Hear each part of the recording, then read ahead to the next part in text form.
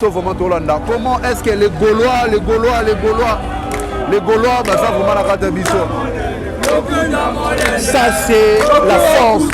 Voilà les Gaulois, l'ambiance ya boye. Toko pata balini, conférence à la polele batu batia ba wandula, tala tisi ko pesa evi, balinga ke batu bakota, na basoda ba yokani, basangani bango nyoso, po ba loka fere. Biya sali balinga ba bilete, batia ba ndoki na porte, ba yobo mila biso che. Tozomona nkoro la police a sana sécurité. Balobi ke faut te fouta $5 pour le kota. Mais soki ba yena mbongo awa komi $10. Engage selembela boyete. Loko balingaki ezala bo faut supporter biso. Yango tobengi bagola boye. Nzamba sunga, tokoluka moyen tokota biso no surtout na kati. Babo balati ba sena o toye awa na misu na nga. Bazi biye kaka 5 consulter. Bazi o eza faux. Papa, soki eza faux yo tengo oboka ngo koto be na kati. Baye awa oya boye oya fou sani ya mabe ezali baotiki tomona vraiment bamete kuna baotiki ya bien fait omona ya mabe baanifunga moko eza mabe eza fuko mais ngana on a sombite na $5 ya matisiko depuis 12 heures na ye na yenga ye biso moko toza bakolo nous défendons faire école là les réseaux sociaux contre il a fait école là faire école là l'objet il est avec quelqu'un à la tongue à partir à 9h au mais donc comme la porte a bah c'est qui va vu qu'il est $10 biso moi aussi tozu que tozu initiative qui n'est pas artiste na ngwa ko pesa banda to comme pas artiste que bozo ngakuna na bengi déjà ba to babike na c'est boki ba kitsa ba billet to vraiment Tolanda. Comment est-ce que les Gaulois bah ça vraiment la carte biso. Ça c'est la force. Voilà les Gaulois, l'ambiance ya boye. Parking à jouer.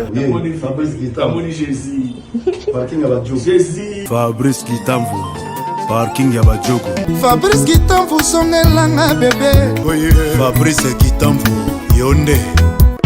Fabrice Kitamvu, parking ya Bajogo. Fabrice Kitamvu, la Fabrice Kitamvu, Kitamvu, na pourquoi baboyi tokomisa bolingo makasi. Bolingo Fabrice interdit. Fabrice Kitamvu. Fabrice Kitamvu, Tokos Aigle.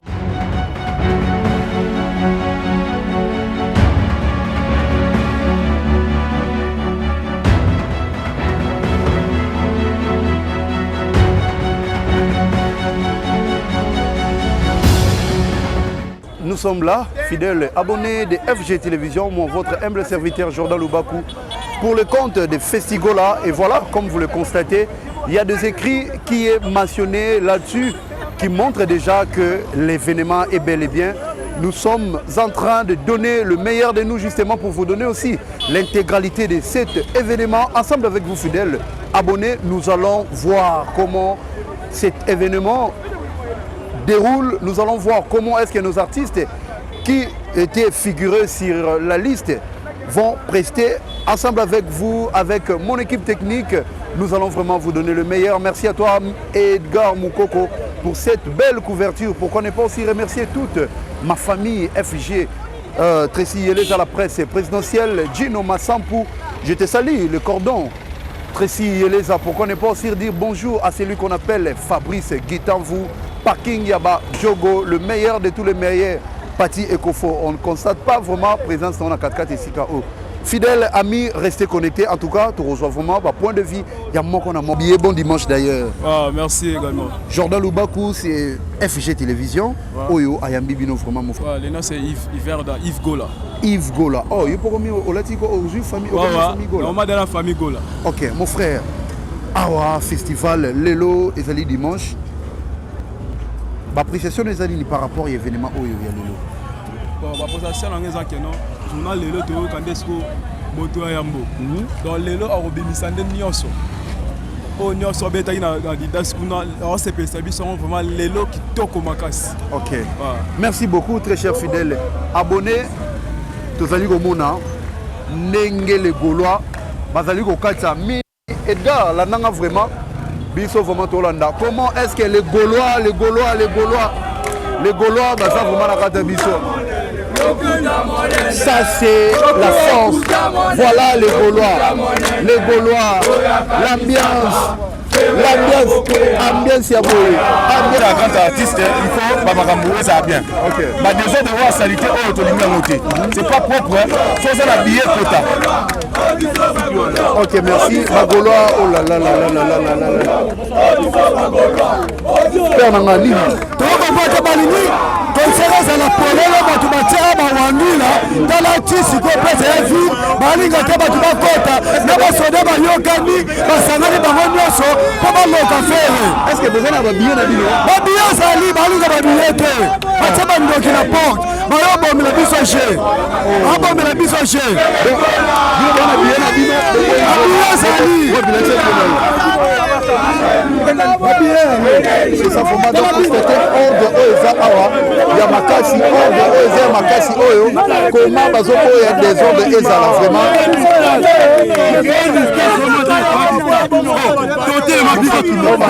tozomona nkoo la police asala sécurité balobi ke faut tofuta $5 mpona kokota mais soki baye na mbongo awa ekomi $10 yango toyekaka a bagaulois sisi na biso mission oyo bango balukaki yango ezala boye parce que engaki esalembela boye te loko balingaki ezala boye fo basupporte biso yango tobengi bagaulois boye nzambe asunga tokoluka moyen tokota biso nyonso tuna kati mais boza na babillet na bino ou bien boza na babillet te babillet toza na babillet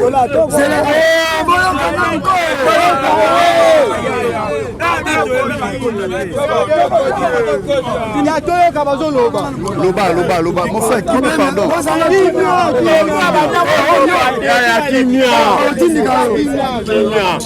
loba ya donc nde toza boye bagolo nyonso baye awa mission na bango eza bakota na kati okomprendre yango question wana nazotuna est-ce que boza bino nyonso na babillet na bino eza na bato baza na babillet awa eza bien bazoboya yango oye boye oyo eza photocopie mais nazoyeba te papa balobi ke babillet ekota scannage alors moto ata ye na photocopie soki code wana na sérieuxité bango balakisaki biso soki code wana eza authentique une fois soki bascanne il faut eleka parce que téléphone ekangami j'ai des billets que j'ai acheté la première fois oyo eyaki na internet na whatsapp ils m'ont envoyé ça mpona koplakisa ngo neti ndeko eza na android te qu'est-ce que je vais faire présent lobi nga na ye j'ai acheté 19 billets $15 na billet na paquet toye awa oyo baba oyo balati basena oyo toye awa na misu na nga bazwi billet kaka 5 consulté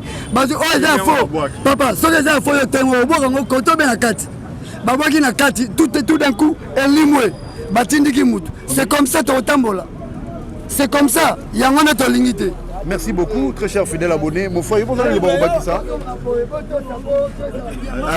Baye, to baye awa, roya boye, bien roya fouet, roya fou. Est-ce que tu sens? Et ce sont les étrangers partiront après le festival.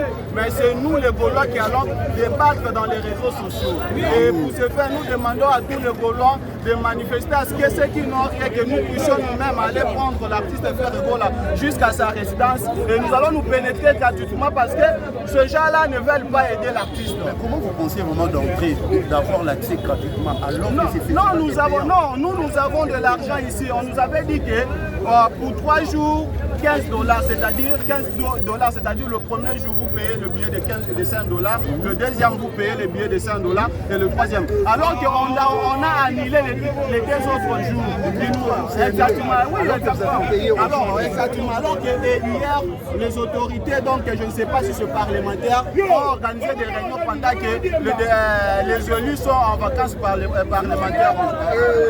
Alors qu'il nous reste l'unique seul jour, c'est-à-dire une dernière dernière chance pour nous les Gaulois d'avoir la chance de participer à cet événement. Mais pour ce faire, ils sont en train de réchoquer, de nous comprendre parce que nous sommes le petit peuple. Si nous venons parce qu'on était motivés, il y a d'autres Gaulois qui sont restés à la maison parce qu'ils ont perdu l'espoir que ce festival pouvait avoir lieu aujourd'hui. Mais nous quand même, nous avons conjugué un certain nombre d'efforts pour y parvenir ici. Malheureusement, on nous rétorque d'acheter les billets à 5 $. Alors voilà un peu, je trouve comme si que parmi les organisateurs de cet événement, il y a ceux qui sont en complicité avec les autorités qui combattent l'artiste Ferregola. Alors que ces derniers... Par quelle motivation vous dites qu'il y a des autorités qui combattent l'artiste Ferregola? Ah oui, en fait, en droit congolais, il n'existe pas une responsabilité pénale collective. C'est-à-dire la responsabilité pénale est individuelle. Alors, ils ne peuvent pas fonder la prise de leur décision sous prétexte qu'il y a une mort au concert de Mike Alambaye. Ferregola n'est pour rien. Alors, il faut établir une démarcation entre... Cette mesure n'a même pas chapeauté juste Ferregola. L'artiste a aussi fallu pour pas livrer son concert pour 2 jours à l'estade de Martyrs. Il faut comprendre qu'il y a certaines personnes qui sont des opportunistes, c'est-à-dire qu'ils voulaient se faire une santé musicale à travers le mouvement de l'artiste Ferregola. D'autres artistes dont je me réserve de pas les citer, vous-même vous venez de citer, moi je suis Gaulois radical. En dehors de Ferregola, je ne connais pas autre musicien, à l'exception Kofi Olomide. À l'exception de Kofi Olomide. Mais je suis Gaulois, je suis venu ici pour parler de Ferregola et non autre personne. Merci. Devant cette caméra, si vous pouvez lancer un message fort aux deux Congolais. Ah oui, chers Congolais, sachez-le que le festival est loin d'être un concert. Alors le festival, c'est un événement qui est venu pour mettre en lumière la culture congolaise. Et alors, Dieu nous a bénis d'avoir Ferregola comme artiste et musicien. Et ce dernier a conçu cette belle initiative qui mérite d'être soutenue par tous les Congolais. Malheureusement, on voit que les autorités, les dirigeants de ce pays, donc se sont adus à complicité avec ceux qui combattent l'artiste Ferregola pour chercher à procrastiner, pour chercher à annuler cet événement qui va mettre en lumière la culture congolaise. Et vous devez le savoir, qu'au Congo, il n'y a que la musique qui donne un peu de sourire aux Congolais. Et non les contraires, la politique, en tout cas pour moi, c'est rien du tout, ce sont des opportunités. Alors, venez soutenir la culture. Si on parle de Congo ailleurs, non pour sa politique, mais plutôt pour sa musique, pour sa culture. Alors que Kofi Olomide se sont beaucoup bâtis pour que la culture congolaise soit parlée partout au monde. Et l'artiste Ferregola aussi est venu à travers cette lignée pour mettre encore en valeur la culture congolaise. Mais voilà aujourd'hui, les ennemis de la culture congolaise veulent anéantir cet événement. Et voilà un peu, je suis de voir que le ministre de la Culture reste muette parce qu'il s'agit d'une dame qui est ministre de la Culture. Elle ne parle pas par rapport à tout ce que nous sommes en train de subir aujourd'hui. Alors, les Congolais, nous allons dire ceci. Soit vous aimez la culture congolaise, soit vous ne l'aimez pas. Lorsque vous n'aimez pas la culture congolaise, c'est que vous êtes étranger. Il y a d'autres personnes qui donnent l'impression d'être des Congolais, en réalité ce sont des ennemis. Alors que le président de la République, il faut vraiment fixer un regard assez particulier par rapport à la culture congolaise. Merci. Gaulois, on est ensemble, Gaulois jusqu'à la mort, Gaulois à vivre. Je profite aussi d'inviter les Gaulois qui sont en Europe de pouvoir se mobiliser pour la date du 26 avril, acheter massivement le billet. Comme ça, nous allons encore récidiver avec une histoire de sort de hanche. Parce que jusqu'à présent, l'artiste Ferregola reste le seul musicien congolais à avoir fait un sort out Samadiona. Merci beaucoup. Dans quelques heures, ici, l'artiste Ferregola va pouvoir. Quel serait le meilleur plan? Ah oui, en fait, moi, je suis trop fan de la chanson Vinaigre, mais actuellement, c'est la capella. Ah oui,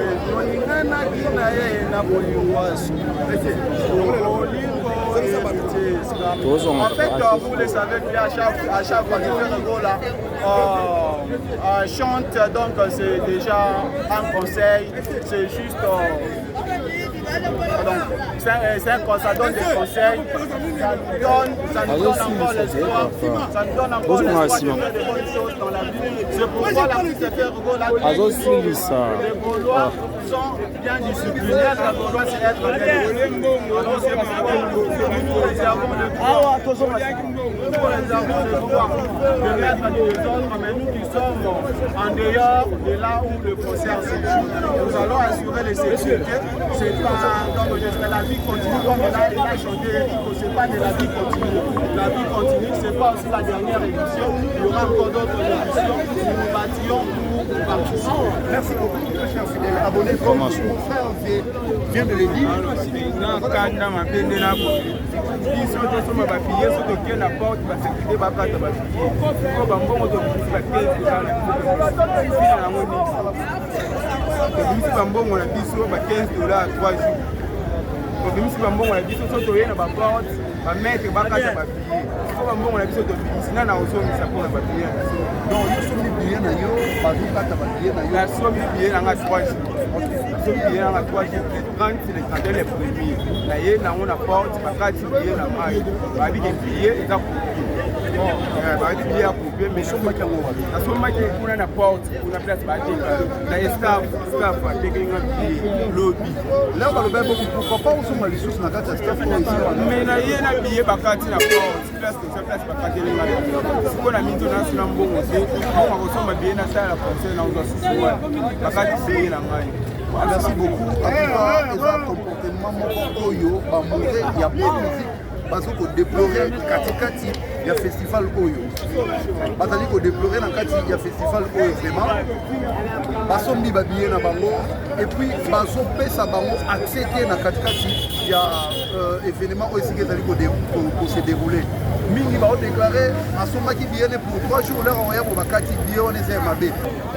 Mobimba golo o photo nani ya koko na biso te eza ya golo ya faire mais balingi te na kota pa na futa na billet on a tundi combien $10 na pas du peuple na butu kota na sauter di bébé ah yagana ok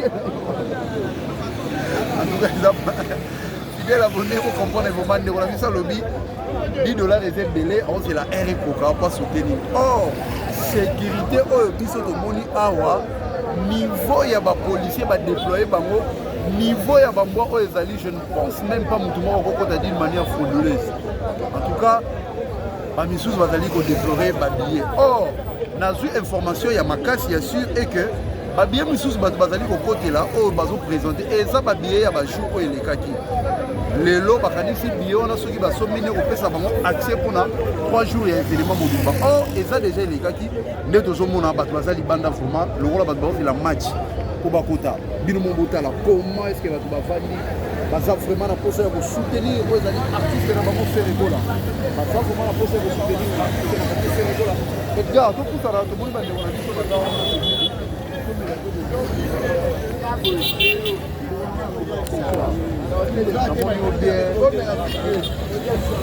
photo no ya Ferregola toujours libanga mais festival est banda ti siko za libanda pour que tozo kosa to ba ka billet za $5 yo moto ya kine ba $5 OK maintenant to tamo na $5 na mbongo mai mais to comme na porte comme $10 to soit tes mains to bi to kota na $5 pour ta bon na biso mais eza na bandeko na bino musu bazo déplorer balobi basombaki babillet na bango pour 3 jours bakoma na porte boye bazopesa bango accès te so bapesa accès c'est fois on a sa billet na pour billet mtu to mona eza ya fraude billet mtu ya photocopie ezali pour ya koma beta système international so dans la billet na yo ba checker yango so ba checker billet na yo so eza vrai okota so eza vrai te carrément ta fraude pour faire un international monene na kata mboka o banga te bo ba banga ete ibo ke makete ba banga pere ba bi ka so ba ticket espace kaka wa mabeko zala biso te bango bato deux fois nekomaka deux fois pardon ma deux fois totanga komba monte ekotaki bakote kuna bato wana kuna bakomaka deux fois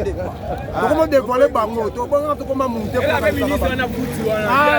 toujours ministre ku ye kulina sia to bande na réseaux sociaux akoyoka bagolwa tolaka ici c'est quoi totonzaka boro lelo kaka lelo toza na bango ti na ti. Merci. Naza nango grand frère. Merci. Comment on d'abord Jordan Lubaku. Merci ngai Yaniki. Mwana lisala ngomba. OK. Naiki depuis quoi Boyo mi bazo sala ti esiki ti soki 4 nazongi na lembi na lali awa. Lelo na ye na $5 na ngai nazobondela ba meke depuis vendredi na dépassé ti lelo. Boyo kila ma $5 na ngai ngolo. Nasombi ma villa na nga kuna akati na mela monini. Oteka $10 nga bobebisa biloko na biso bagolwa bofingisa biso to ndenge nini donc tozofaire comprendre te wuti na papa muto alobi na bametre basala bongo bakize biso toyebi te. Non, est-ce que oyebaki te l'air bazoleka mpona message ya festival oyo balobaki sécurité et vous allez vraiment au rendez-vous. C'est pour dire soki billet eza ya mabe baopesi otie ekota ndenge nini. Bon ya mabe ezali baocheke tomona vraiment bametre kuna baocheke ya bien fait omona ya mabe barefuwe yango oyo eza mabe eza foto mais ngana ona sombi te na $5 yanga tisiko depuis 12 heures na ye na yenga ye poni babillet esili balesi ezali babo ya $5 donc journée lelo eza $10 toyebisi mpe bameki lobi mpe bana classe bazwa ata na 5 000 soit na yo eleka nango kuna mpe bamona peke bagolwa bayeki liloba na kaka ya soka. Merci beaucoup mon frère ozana eloko bakisake juste ka makambo ka ya billet biso toyebaki billet eza $5 mais toyeya tokuta $10.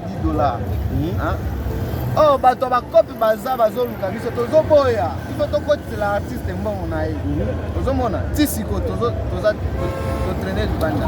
Merci beaucoup mon frère yaka plus na mon frère plus na bien habillé aussi. Merci kaka bagolo balata bien babimaka bien. C'est ça mon frère ouais. Mais to regrette toyebaki billet eza $5 toya awa ekomi $10. Jésus soko oyoka yoka biso benga bato na bazongisa billet na $5 mobimalanga na $10 na uti monga fula na ye abongo na futa $10 transport ozongela oui mobimalanga $10 na poche na futa billet $10 bona ozonga makolo ata yo moko baredu bazongisa prix ya $5 tokota toza mobondo libanda koleka kuna kati boye vraimen ata ya bilomo boye obebisa faire réputation na yo bien ndenge nini bawanyila basepelo bien ndenge nini toza kaka mobondo libanda. Mon frère ye mpe oza na liloba voilà posa mamona biso bagolwa eleka bien parce que tozoyeba te soki balingi nini batikela biso masolo na biso eleka bien wana posa nga nde nayabona tiki plaza nalalaka na plaza nani na kote ya tiango na longo kuna na ye awa nana $10 na poche nayebaki te na okoma bobie kozala $5 apesa $5 afuta transport tokomea baabilisokakelo billet eza na ba $10 mais tona $5 batika biso tokota président andima akitisa banini bango billet tofuta totala concert donc c'est ça na mingi oloba te président fe rigola cher de poule nayebi ke place ozali yebisa bato na yo bakitisa biso billet tokota totala makambo na biso. Merci beaucoup mon frère oza na liloba obakisa biso moko toza bagolwa todefendre faire egola na réseaux sociaux contre baina faire egola faire egola lobi na iner abaki toya na tongo à partir ya 9e mobondo totosi maloba artiste na biso toye mobondo na idée ki ya billet $5 mais de comme la porte ba sécurité ba biki billet $10 biso mo aussi tozui initiative to ki ne pas artiste na ngwa ko pesa vanda to comme pas artiste wiki bozonga kuna na bengi déjà ba to ba biki na si boki ba kitsa ba billet tozong suboye parce que artiste abengi awa ba kitsa billet mais to comme abe billet $10 donc to comprendre ba tout ça maloba artiste to tout ça ba côté parce que artiste abengi ba on a mis na biso to la musi faire go na pongi to so na faire go la biki bozonga ngana zo ya sima na zo na ndako lo bo somo bo kala musa voma to la musi artiste pongi na hotel musi pongi to la ba video awa to la musi to so na ye donc abiki na bengi batu ana pani ke ba kitsa ni o billet mais to comme ça billet ça va $10 on empêcher ce côté to ni te faire voir ça pied patronné batu ba c'est comme ça que tu étais de répondre à appel à faire go la tête mais aussi autant que biso to depuis 6 heures pour que faire go là à ça festival une première édition et les capitaines. Malgré tout non vraiment ma personne plaire mais première édition tout ça besoin et les capitaines. Malgré tout les obstacles ils sont plus il y a pas ça qui na on avait mais le monde avait mais donc 5 artistes donc tout le monde tout landais tout le monde qui est beaucoup même si na ba au concert avec la peau na mois passé tout le monde qui est organiser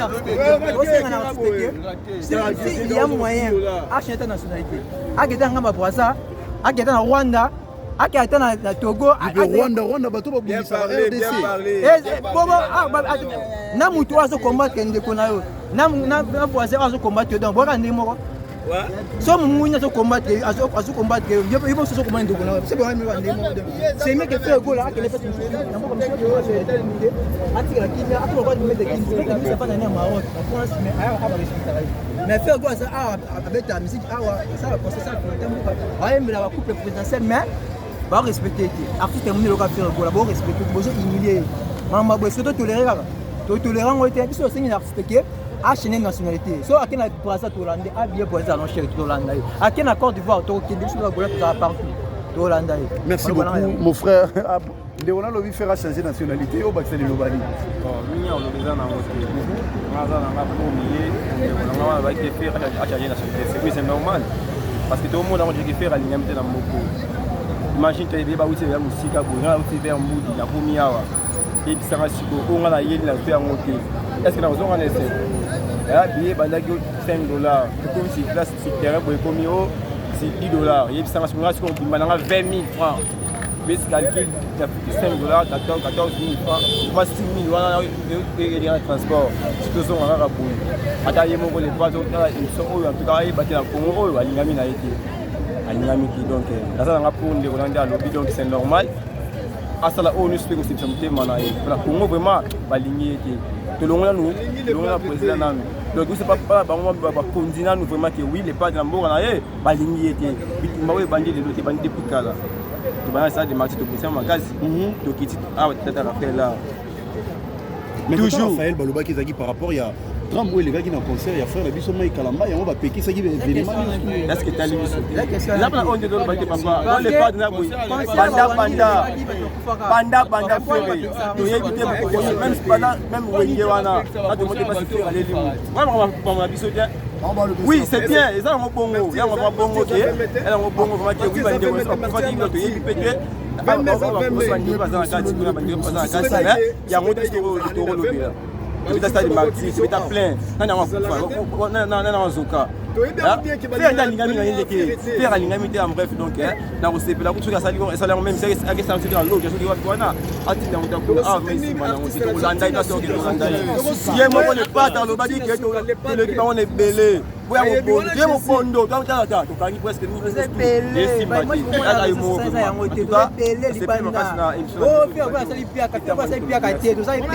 moi je tenais ça le billet à $5 donc les mélango kata ba matisipe no la to kota ba billet $10